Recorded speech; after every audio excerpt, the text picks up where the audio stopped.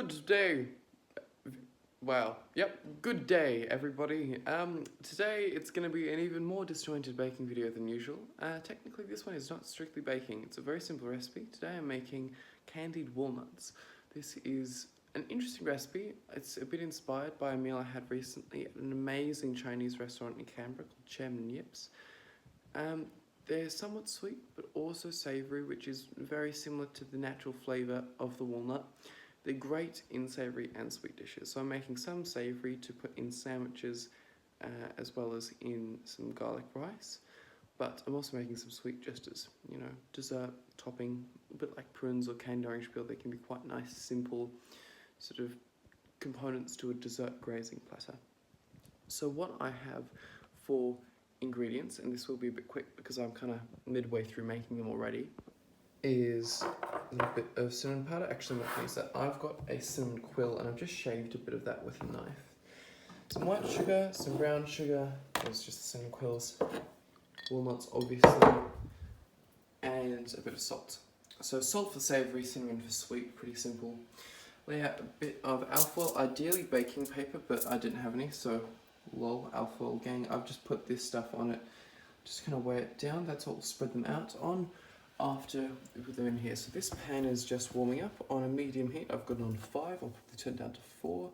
Well, we'll see actually. Got some water in the bottom of that just so that I can know how it's heating up.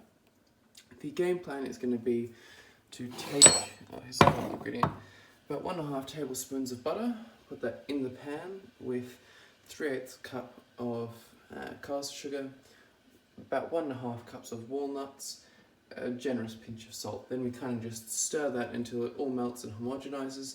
Then we'll pour that out onto our alfoil here. The ratios I've just given you are a bit weird, but because it's kind of dictated by how much I need, how much I'm making.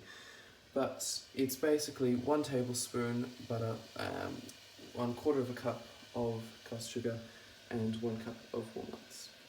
So I'm going to let that, I'll pour this out now, then I'm going to put in my butter, sugar, or walnuts, and then I'll have to measure out my sugar, which is not ideal when you're doing something that's caramelized or candied like these are.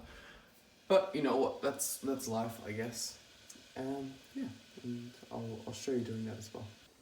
Alright, here's everything together. The butter, as you can see, is already, totally melted. Yeah, the sugar's on. We're just going to keep mixing this thoroughly and consistently for the next 5 minutes. I'll pop in probably a pretty generous pinch of salt. And I'm actually thinking I might do tiny bits of sumac and a couple of grains of pepper. So I'll do that just as I'm mixing it. This will take apparently about 5 to 7 minutes. I'll show you the next mixing point. Alright, as you can see, things are looking pretty combined. There's bits of sugar on the bottom. I think that's just because my measurement skills aren't great. I'll give this probably not too much longer.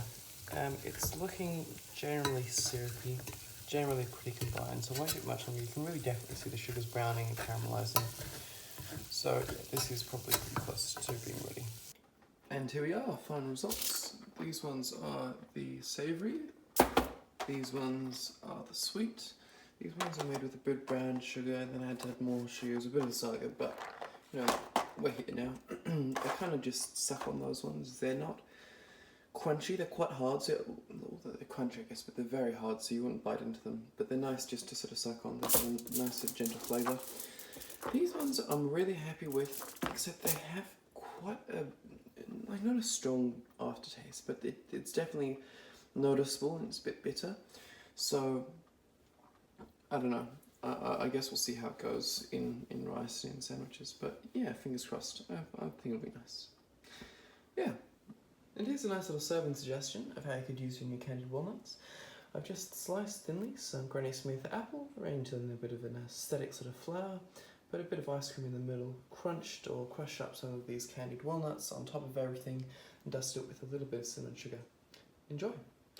A final note about the candied walnuts. They came out so nicely, and I'm really happy with how it's all, the flavours and the taste are subtle, and the aftertaste is really not noticeable, especially when you're having it with other things. So one thing I did, I just got a bit of Jarlsberg and a bit of salami, you know, charcuterie board style, and put a candied walnut or half one on that.